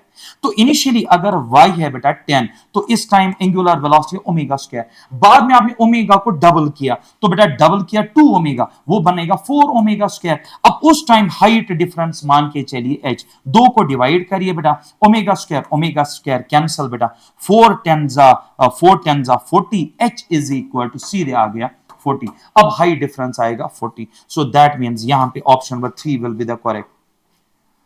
अच्छा, two spheres A and B of same metal are initially at room temperature. दो स्फीयर्स हैं बेटा मेटल के, सेम मेटल मतलब क्या हुआ, उनका सब कुछ सेम है, मतलब स्पेसिफिक हीट सब कुछ जो भी है वो सेम है, स्पेसिफिक हीट सेम, ठीक है। इनिशियली एट रूम टेम्परेचर, तो दोनों का टेम्परेचर टी। अब आपने क्या किया, both are heated by 20 degree celsius, दोनों का टेम्परेचर हमने बढ़ाया 20 डिग्री सेल्सियस से, ठीक है। If the volume of A and B is, इसका वॉल्यूम और इसका वॉल्यूम जो है ए इज टू बी, ये जो रेशियो दिया है वो रेशियो दिया 125:27, ठीक है 125। Then find the ratio of heat absorbed by A to that of B, heat absorbed by A to that of B। अच्छा एक चीज बताइए यहाँ पे, अभी मैं वो क्या बोल रहा था, हीट जो होती है दो काम करती है, या तो टेम्परेचर चेंज या तो बेटा स्टेट चेंज। बेटा स्टेट चेंज हो रहा है क्या यहाँ पे, या टेम्परेचर। इसके लिए फॉर्मूला लगेगी Q is equal mc del T। अब बेटा कितनी सबस्टेंसेस है, 2, तो बेटा ध्यान से देख बेटा, इसने क्या कहा हीट एब्जॉर्ब, तो मैं कहूं heat absorbed by A divide by heat absorbed by B। Mass of A, specific heat C del T। Sir आपने ये क्यों नहीं लिखा सी ए, ये क्योंकि सबस्टेंस सेम है और टेम्परेचर में इंक्रीमेंट भी सेम है। यहां पे आएगा mass of B C del T क्योंकि ये सेम है, ये तो कटेगा। अब आया मास किसके बराबर होगा बेटा, mass per unit volume is density, तो बेटा मास है डेंसिटी इनटू वॉल्यूम, क्योंकि दोनों सेम मटेरियल के हैं तो डेंसिटी बेटा सेम है, तो मास के बदले सीधे वॉल्यूम का रेशियो आएगा, तो मास के बदले आएगा volume of A divide by volume of B, क्योंकि डेंसिटी बेटा सेम है। तो जो वॉल्यूम्स का रेशियो है वही बेटा हीट एब्जॉर्ब्ड का रेशियो है 125:27, option number first. Just 1 second, sorry. चलिए नेक्स्ट क्वेश्चन पे चलते हैं। A spherical black body with radius 12 centimeter radiates this much watt of power at 500 Kelvin। देखिए पावर रेडिएटेड इज 450, टेम्परेचर है बेटा 500 केल्विन और रेडियस है बेटा 12 सेंटीमीटर, ये मैंने डेटा लिखा, ठीक है। If the radius wire Harvard, तो रेडियस हो गया बेटा 6 सेंटीमीटर। अब क्या कह रहे हैं, and the temperature doubled, temperature है 500 तो 1000 आपने कर देना, टेम्परेचर डबल्ड है बेटा। अब ये क्या कह रहा है, द पावर, नया पावर क्या है पी डैश। तो this is the beautiful question on Stefan's law. पहले आप एक चीज यहां पे देखिए, यहां पे क्या लिखा ब्लैक बॉडी, तो आप वो ई से बच गए, तो यहां पे आप कह सकते हो power radiated per unit area जो होगा sigma T raise power 4, directly apply करिए, तो power radiated is sigma T raise power 4 multiplied by A, area के बदले पाई आर स्क्वायर। बेटा जब आप डिवाइड करेंगे इन दो मतलब बॉडीज को, तो पावर पहले का दिया हुआ है, पावर दिया है 450, दूसरे का आएगा पी डैश, तो दूसरे का आएगा पी डैश, पी देकर है पी डैश निकालना is equal sigma sigma cancel होगा, उसका टी डैश बी देकर है और उसकी नई रेडियस भी देकर है, तो बेटा यहां पे पाई आर स्क्वायर, यहां पे पाई आर स्क्वायर, यहां पे आर डैश स्क्वायर, और आपको बेटा सब कुछ मैंने लिख के रखा, आर कितना है, ये कितना है, just solve it and you will come to the answer option 3 1800। It's a simple question based on Stefan's law. Next question, A beaker containing water is kept on a spring scale.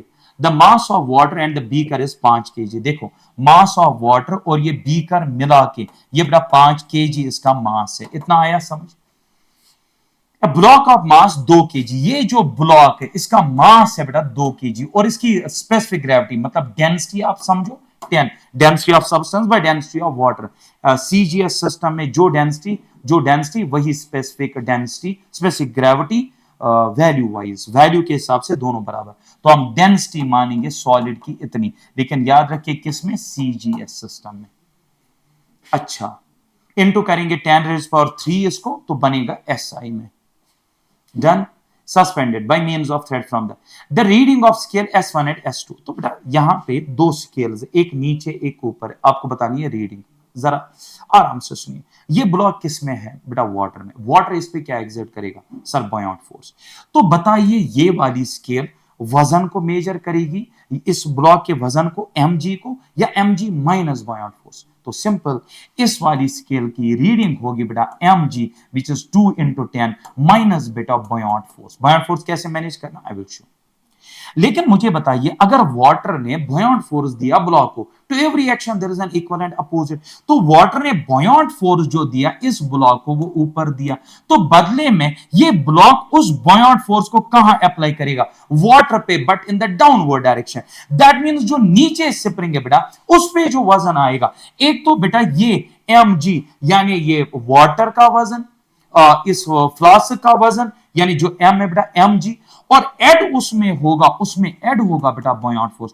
तो नीचे वाली scale की reading होगी 50 plus buoyant force, ऊपर वाली की होगी बेटा 20 mg माइनस बॉयंट फोर्स. अब बड़ा सवाल है बॉयंट फोर्स किसके बराबर है? सब जानते हैं buoyant force is equal volume inside density of liquid into G. अब आपको वॉल्यूम इमर्सड चाहिए, यहां पे बॉडी का वॉल्यूम देकर नहीं है, तो total volume of body immersed है वही है बेटा, जो बॉडी का वॉल्यूम वही है वी इमर्सड. अब वो नहीं देकर है, क्या मास ऑफ बॉडी देकर है? हाँ. क्या डेंसिटी ऑफ बॉडी देकर है? हाँ. तो बेटा मैं बॉडी का मास और डेंसिटी से निकाल सकता हूं बेटा वॉल्यूम ऑफ द बॉडी, जो वॉल्यूम ऑफ बॉडी वही immersed into density of liquid 10⁻³ into G. मिल गया बेटा बॉयंट फोर्स. यहां पे इस वाली स्केल के लिए माइनस होगा, इस वाली स्केल के लिए बेटा ऐड होगा. होप कि आपको समझ में आया. जैसे आप ये करेंगे you will come up with 52 and 18 Newton. Option number 3. The velocity of liquid coming out of small hole of large vessel containing two different liquids, density is 2 rho and rho shown in the figure. ये कह रहा है बेटा ये tank है, इसमें दो liquids है, यहां से आने वाले लिक्विड की वेलोसिटी बताइए. जो बच्चे सोच रहे हैं v is equal root of 2gh जो कि वेलोसिटी ऑफ इफ्लक्स है, वो गलत है बेटा, वो यहां पे नहीं लगेगा. वो लगता है जब सिंगल टाइप ऑफ लिक्विड है, यहां पे कितने दो लिक्विड्स हैं. सर निकालें कैसे बेटा? मैं तो क्लासरूम में दो मेथड्स दिखाता हूं. एक बेटा भाई बर्नौलीज थ्योरम और एक है छोटा सा कॉन्सेप्ट. वो क्या है बताओ? परेशानी क्या है? दो डिफरेंट लिक्विड्स है, तो ट्राई टू अंडरस्टैंड मैं क्या बोल रहा हूं. अगर मैं ऊपर वाले लिक्विड को निकाल दूं तो रहेगा कौन सा लिक्विड? सर यहां रहेगा और नीचे वाला लिक्विड 2 रो वाला. अच्छा उसकी हाइट कितनी है? Sir h. मैंने किसको बाहर निकाल के फेंक दिया? जिसकी डेंसिटी रो है, जिसकी हाइट 2h है, इसको मैंने निकाला.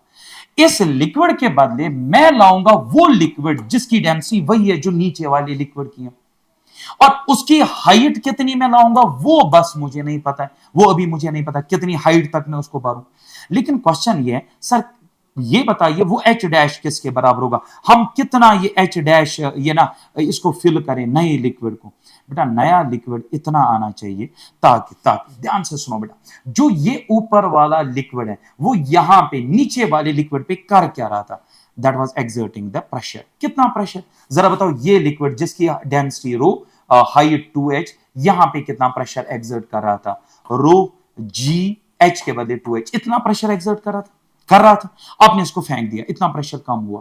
अब मैंने इसके बदले नया लिक्विड लाया जिसकी डेंसिटी 2 रो, जिसका h कितना? h डैश 2 रो, और साथ में करो मल्टीप्लाई g, तो आ गया रो जी एच, मतलब लेकिन इसका रो है 2. इतना प्रेशर नया लिक्विड एक्सर्ट करेगा. अब आपने क्योंकि वो फेंका और ये लाया, तो बेटा ऐसा लाना है, इतना लिक्विड ये लाना है ताकि ये प्रेशर उतना ही एक्सर्ट करे जितना कि जो आपने रिमूव करके बाहर फेंक दिया. तो ये वाला प्रेशर इस वाले प्रेशर के बराबर होना चाहिए, which is row ji 2h. ये है बेटा कॉन्सेप्ट. तो इससे क्या होगा, इसको निकाल के ऐसा लिक्विड लाने का फायदा, ऊपर से नीचे तक लिक्विड सेम हो गया, बट अननोन सिर्फ एच डैश होता, वो निकालने का तरीका, ये लिक्विड यहां पे उतना ही प्रेशर एक्सर्ट करना चाहिए जितना कि जो ऑलरेडी लिक्विड है उस पॉइंट पे प्रेशर एक्सर्ट कर रहा था। सो बेटा ये है कॉन्सेप्ट। बताइए बेटा 2 और 2 क्या हुआ, कैंसल। बताओ रो और रो क्या हुआ, कैंसल। जी और जी क्या हुआ, cancel. H dash is equal H, मतलब ये लिक्विड की हाइट हमें लानी एच।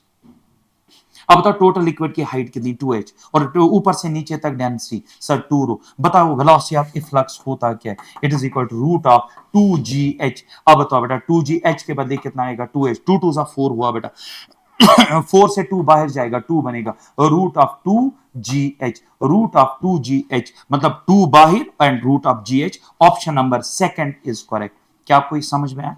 ठीक है, next question. Coefficient of superficial expansion of solid is this. It is coefficient of linear expansion is. तीन टाइप्स ऑफ कोफिशिएंट्स होते हैं, पढ़ाया जाता है। लीनियर होता है, सुपरफिशियल होता है, और बेटा क्यूबिकल होता है। अगर मैं कहूं सुपरफिशियल यानी एरिया वाला जो कोफिशिएंट ऑफ एक्सपेंशन होता है, और लीनियर एक्सपेंशन में रिलेशन क्या है बेटा, बहुत आसान है। जो सुपरफिशियल होता है वो लीनियर, सॉरी, जो लीनियर होता है वो सुपरफिशियल डिवाइडेड बाय 2 होता है। लीनियर होता है सुपरफिशियल यानी एरिया कोफिशिएंट डिवाइडेड बाय 2। अब एरिया कोफिशिएंट दिया है, सुपरफिशियल कोफिशिएंट 2 × 10⁻⁵, उसको 2 से डिवाइड करो, अल्फा मिलेगा 2 × 10⁻1। तो बेटा option number first is correct, 1 × 10⁻⁵। Coefficient of thermal conductivity of metal rod is function of length of the rod. पहले मैं ये बताऊं, rate of heat flow per unit time, expression है Ka, it is del T, difference of temperature multiplied by length of the rod under steady state conditions। ये expression है।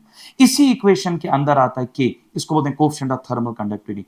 बेटा you can depend on nature of material, इसको कोई लेना देना नहीं है लेंथ ऑफ द रॉड से, डायमेंशन से। ये असर्शन 100% गलत है। दूसरा, longer the rod larger is the amount of heat. बेटा रेट ऑफ फ्लो लेंथ पे चलिए मानते हैं डिपेंड करता है, रेट ऑफ फ्लो, लेकिन ये रेट नहीं लिख रहा है, ये क्या लिख रहा है, अमाउंट ऑफ हीट जो कंडक्ट हो रही है। गलत, तो ये भी गलत, ये भी गलत, both assertion and reason are false. Next question पे चलते हैं।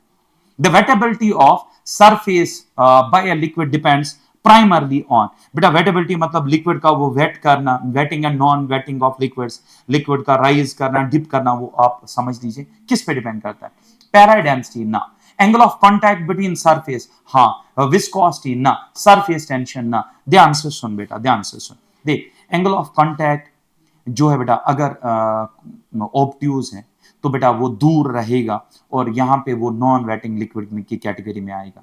और एंगल ऑफ कांटेक्ट अगर बेटा एक्यूट है, वो राइज करेगा और वो वेटिंग लिक्विड्स में आएगा। The best example of wetting liquid is water and that of non wetting is बेटा that's mercury. So option number second is correct. यहां पे एंगल ऑफ कांटेक्ट डिसाइड करता है कि क्या होगा।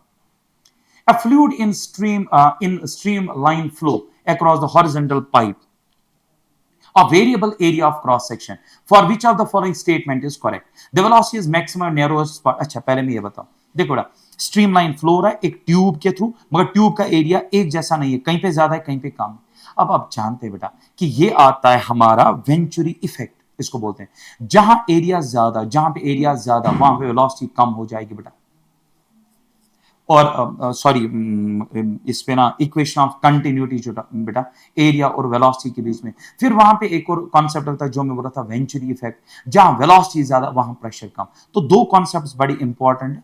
एक आता है बेटा इक्वेशन ऑफ कंटिन्यूटी, एरिया और वेलोसिटी को रिलेट करता है। फिर आता है बेटा वेंचुरी इफेक्ट जो वेलोसिटी और प्रेशर को रिलेट करता है, जहां वेलोसिटी ज्यादा वहां प्रेशर कम। अब यहां पे क्या कह रहा है, the velocity is maximum at the narrowest part. हाँ जी, जहां पे नेरो पार्ट होगा वहां पे वेलोसिटी होगी ज्यादा, and the pressure is maximum at the widest part. पहले ये देखना पड़ेगा, ध्यान से देखो। अभी मैं कह रहा था अगर वेलोसिटी है बेटा ज्यादा, अगर वेलोसिटी है ज्यादा तो एरिया क्या होगा, कम। जहां पे वेलोसिटी ज्यादा वहां प्रेशर होगा बेटा कम, जहां पे वेलोसिटी ज्यादा वहां प्रेशर कम, जहां वेलोसिटी ज्यादा वहां एरिया कम। जरा पहला ऑप्शन क्या कह रहा है, velocity is maximum and narrowest part. हाँ जी, एरिया कम वेलोसिटी ज्यादा, और साथ में कह रहा है maximum pressure and pressure is maximum at widest part, जरा इधर देखो, pressure is maximum at widest, मतलब एरिया आपने कर दिया ज्यादा, वेलोसिटी क्या हो जाएगी कम, वेलोसिटी कम तो प्रेशर ज्यादा, बिल्कुल सही। तो बेटा ये वाला स्टेटमेंट 100% करेक्ट है। दो चीजें, equation of continuity and venturi effect, जहां एरिया कम वहां वेलोसिटी ज्यादा, कंटिन्यूटी, जहां वेलोसिटी ज्यादा वहां प्रेशर कम, ये है बेटा वेंचुरी इफेक्ट। तो कंबाइंड एक केस है, याद रखें इसको। चलिए, a faulty thermometer has it is fixed point marked 5 degree and 9। देखिए बेटा पहले मैं ये बता दूं, जब स्केल्स को रिलेट करते हैं, फॉल्टी एंड ट्रू स्केल को रिलेट करते हैं, तो बेटा एक आप फॉर्मूला याद रखें, upper limit minus lower limit, lower limit यहां पे आएगी रीडिंग माइनस लोअर लिमिट। ये बेटा ये जो चीज है ये होती है कांस्टेंट, याद रखें। Faulty and true, true and true whatsoever it is, जो भी आपको रिलेट करना है, दो स्केल उसको ये करना है। यहां पे लिखेंगे रीडिंग, यहां पे लोअर लिमिट, यहां पे अपर लिमिट, यहां पे लोअर लिमिट। अब दो स्केल्स, एक है बेटा फॉल्टी, एक है बेटा सही वाली स्केल। अब देखो क्या कह रहा है, faulty thermometer has fixed points 5 and 95, तो बेटा अपर लिमिट 95 हुआ, 5 हुआ बेटा लोअर। यहां पे अब ध्यान से देख बेटा, if the temperature of the body as shown on the Celsius scale is 40 दिया है, लेकिन दूसरी सेल्सियस स्केल पे तो उसकी रीडिंग देकर है, फिर क्या करना है, shown then it's temperature shown on this family of, यानी दैट मींस आपको रीडिंग निकालनी है किसके ऊपर, फिर फॉल्टी के ऊपर। तो बेटा फॉल्टी का अपर लिमिट देकर है, लोअर लिमिट देकर है, लोअर लिमिट यहां पे डालिएगा 5, रीडिंग फॉल्टी का नहीं देकर है।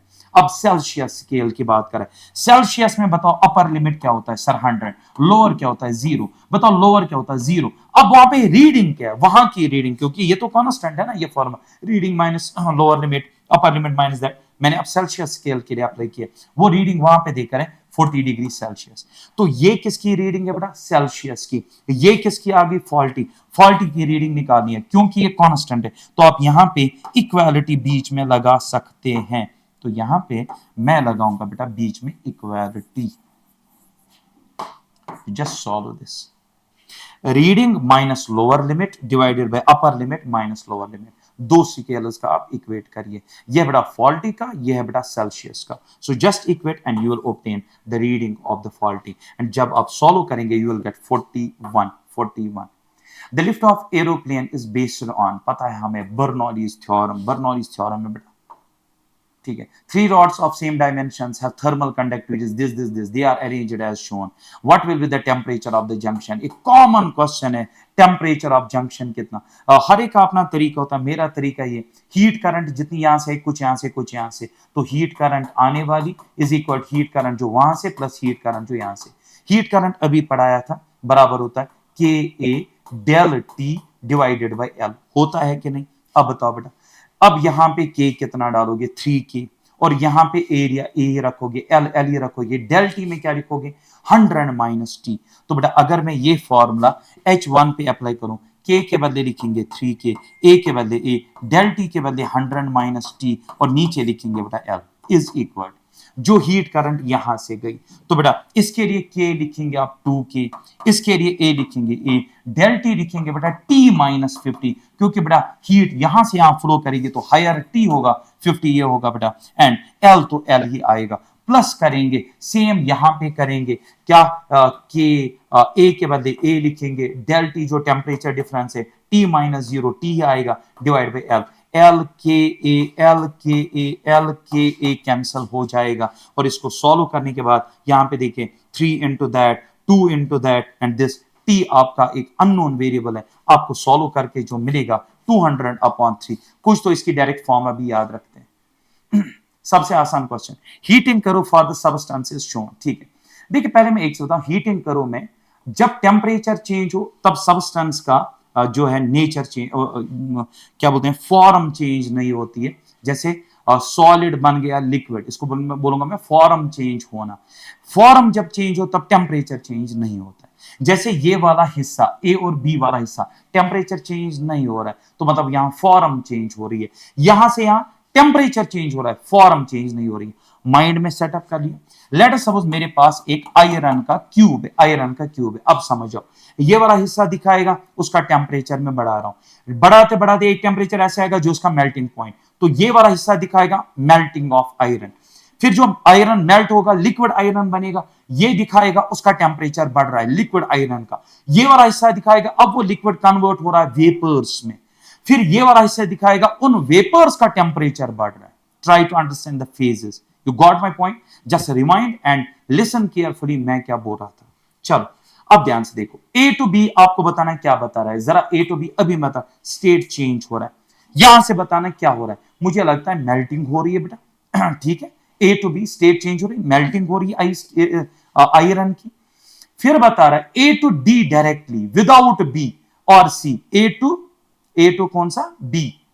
A to D, sorry A to D without C. जरा बताओ यहां पे क्या था? यहां पे सॉलिड था, यहां पे किस में आ जाएगा? गैस में।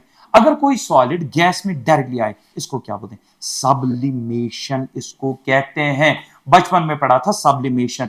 तो यहां पे सॉलिड है, यहां पे गैस है, कहता है सी में आने के बगैर। सी मतलब क्या है बेटा? लिक्विड। लिक्विड में आने के बगैर सी इसी देगा सब्लिमेशन। अच्छा बेटा इसको देखकर अगर मैं कहूं ए बन गया हमारा 4 4 4 4 ए के ऑप्शन में यार, option number first is correct. अब जरा चेक करो, देखो 4 ए के ऑप्शन है 4। फिर भी हम बाकी क्वेश्चंस करेंगे। D to A directly without reaching, D to A directly without reaching C. अब बेटा यहां पे क्या हो रहा है? गैस हो रहा है सॉलिड में कन्वर्ट। गैस इनटू सॉलिड को क्या बोलेंगे बेटा? देखो सॉलिड टू गैस को क्या बोलते हो? सब्लिमेशन। बेटा गैस टू सॉलिड को हम बोलते हैं डिपोजिशन, ये याद रखिएगा। From D to C, D to C का डी टू सी ये, तो यहां पे तो गैस था और यहां पे लिक्विड था, तो कंडेंसेशन। कंडेंसेशन ऊपर वाला option. Solid to gas sublimation, gas to direct solid deposition. One and ये कोई ऐसा बच्चा नहीं होगा जिसने ये क्वेश्चन ना किया हो। देखो एक बार स्टडी स्टेट होगी, दो ब्लॉक्स दो रॉड्स आपस में अटैच्ड है, थर्मल कंडक्टिविटीज अलग है, लेंथ्स अलग है, इनके एंड टेम्परेचर्स अलग है बेटा। और आपसे ये क्वेश्चन पूछा जाता है जहां पे ये मिले उसका टेम्परेचर निकालो। सब बच्चों को अब ये याद ही होता है बेटा। हम ये कहते हैं K1L2 K2L1 ऐसे करते हैं, ठीक है। K1L2 प्लस K2L1 और नीचे भी यही रखते हैं K1L2 प्लस K2L1 ऊपर मल्टीप्लाई करते हैं। जैसे K1 के साइड से टेम्परेचर वो यहां मल्टीप्लाई करते हैं, K2 साइड से टेम्परेचर T2 यहां, ये बन जाता है temperature of the junction. Solve कैसे करना है सर? हमें ये चाहिए सॉल्व करके। तो लो बेटा स्टडी स्टेट में हीट करंट बराबर है, इसमें Q बाई टी, इसमें Q बाई टी, बराबर कर लो। और Q बाई टी आपको पता है Ka del T by L, Ka del T by L, values डालो and you will come up with the answer. तो बेटा that is the actual you can say mechanism. Question conversion of liquid into solid is, यार मैं थक गया, sublimation regeneration ये option number second इसका correct आएगा, चेक करो। जीरो लेवल क्वेश्चन है बेटा। A smooth spherical ball of radius 1 centimeter density, this is dropped gently in a liquid of container this, ठीक है। ये नीट है, coefficient of viscosity. The distance traveled by ball once it attains the terminal velocity। आपको एक ball दी गई है, viscous fluid से जा रहा है, आपको पता है कितना डिस्टेंस ट्रेवल करेगा इतने टाइम में। डिस्टेंस तब मिलेगी जब हमें इसकी टर्मिनल वेलोसिटी पता चलेगी। टर्मिनल वेलोसिटी का एक्सप्रेशन होता है 2/9 r square g divide by eta, sigma minus rho. Sigma हुआ बॉल की डेंसिटी और बेटा रो हुई लिक्विड की डेंसिटी। ये सॉल्व करने के बाद पहले क्या निकालोगे? Terminal velocity. अब टर्मिनल वेलोसिटी जो आएगी वो तो कांस्टेंट है। अगर वेलोसिटी कांस्टेंट, मोशन कैसी है? यूनिफॉर्म। अगर यूनिफॉर्म है तो एक्सेलरेशन कितनी है? 0। अगर एक्सेलरेशन 0 है तो ये रिलेशन वैलिड है, v is equal to s by T. Distance आएगा v इंटू टी, डिस्टेंस आएगा v into T. Once you will solve this I think you will come up with option 4/9 metre. लेकिन एक चीज है, मसला ये है डिस्टेंस, इसकी डेंसिटी कितनी है? डेंसिटी है सॉलिड की 4 और लिक्विड की है 2, मतलब ये भारी है। ये कहां जाएगा बेटा? नीचे की तरफ, तो अपवर्ड्स नहीं, इसमें आएगा डाउनवर्ड्स। तो बेटा ये ऑप्शंस में थोड़ा गड़बड़ है, दोनों अप लिखें, इट शुड बी डाउनवर्ड्स, क्योंकि ये बॉडी का डेंसिटी ज्यादा, ये नीचे जाएगा तो टर्मिनल वेलोसिटी नीचे की तरफ आएगी, डिस्टेंस नीचे की तरफ ट्रेवल करेगा। You table of base L this इतना मुझे आया समझ, अब मुझे निकालना क्या बस उतना बता दो। Then the height H is, ध्यान से सुनिए बेटा ये क्या कह रहा है, देखो आपने दो डिफरेंट लिक्विड्स डाले, यहां से डेंसिटी 2 रो वाला लिक्विड डाला और यहां से डेंसिटी रो वाला लिक्विड डाला, ठीक है। देखो क्या कह रहा है, इसकी हॉरिजॉन्टल लेंथ है एल, वॉल्यूम्स इनके बराबर है, लिक्विड्स के वॉल्यूम्स बराबर है, ठीक है, बिकम 0। अच्छा, height difference become equal, then H is given by, देखो लिक्विड्स की डेंसिटी सेम है, अलग अलग सर, अलग अलग है। अब जिसकी डेंसिटी ज्यादा वो भारी होगा, जो भारी होगा वो नीचे आएगा और हल्का वाला ऊपर जाएगा। लेकिन आपने क्या किया, आपने बचा लिया हल्के वाले को ऊपर जाने से, आपने यहां की तरफ एक्सरेट किया। एक्सरेट इतना किया कि हल्के वाले ने बैलेंस किया बेटे किसको, भारी वाले को। असल में भारी वाला कहां जाना चाहिए, नीचे, और हल्का वाला ऊपर। लेकिन जब आपने आगे की तरफ एक्सरेशन की, इतनी एक्सरेशन की कि जो भारी वाला लिक्विड है वो ऊपर चढ़ा, हल्का नीचे है और लेवल में आ गए। आपको यह बताना है कि हम कितनी आई थिंक एक्सेलरेशन दे। The height difference becomes to surface open becomes 0, then H is, नहीं आपको बताना है एच कितना, एक्सेलरेशन आप ए दे रहे हो, ठीक है, आपको बताना अब ये एच कितना। क्लासरूम में मैं बताता हूं इसमें जो तरीका करने का, बहुत सारे तरीके हैं। मैं तो प्रेशर इक्वेशन, मेरे पास एक इक्वेशन में बनाता हूं जिसका नाम है प्रेशर इक्वेशन। इस पॉइंट का नाम 1 रखिए, इस पॉइंट का नाम 2 रखिए, दो, और इसने कहा कि लेवल में आ चुके हैं आप, तो मैं 1 से 2 तक इक्वेशन बनाऊंगा। ख्याल रखिए वाई एक्सिस पे जी एक्सेलरेशन है और एक्स एक्सिस पे पीछे की तरफ एक्सेलरेशन है। कंटेनर आगे जा रहा है, लिक्विड को एक्सेलरेशन पीछे की तरफ मिलेगी। शुरू करो बेटा, यहां से यहां तक जाना। सबसे पहले 1 पॉइंट पे प्रेशर P एटमॉस्फेयर आएगा, यहां से यहां तक चलो प्रेशर बढ़ेगा, डेंसिटी है बेटा 2 rho g, sorry it is 2 rho, it is 2 rho, 2 rho g और एच, 2 रो जी एच। मैं यहां से यहां तक चला, अब मैं चलूंगा यहां से यहां तक, क्योंकि वॉल्यूम्स बराबर है तो ये बेटा L/2 होगा। वॉल्यूम्स इसने लिखा है, आप पढ़िएगा, वॉल्यूम्स बराबर तो L/2 होगा। तो बताइए यहां से यहां चला, अपोजिट एक्सेलरेशन माइनस आएगा, कितना 2 रो, 2 रो ए इंटू L/2 तो बेटा ये मैंने यहां से यहां तक लिख दिया। अब चलूंगा मैं यहां से यहां तक, लेकिन अब डेंसिटी जो आएगी वो आएगी रो माइनस रो, फिर ए, और मैं जो चला L/2 तक चला, ठीक है। अब मैं यहां तक पहुंचा, अब मैं चढ़ूंगा यहां से यहां तक, तो माइनस आएगा, फिर से रो जी और एच आएगा बेटा, rho g h is equal to P atmosphere. P atmosphere cancel हो जाएगा बेटा, यहां पे 2 और 2 कैंसिल हो जाएगा। अब ध्यान से देखिए बेटा, रो ए एल और minus rho A L/2, minus rho A L minus rho A L/2, 1/2 और 1 ये बनेगा 3/2, माइनस 3/2 रो ए एल इन दो का आएगा।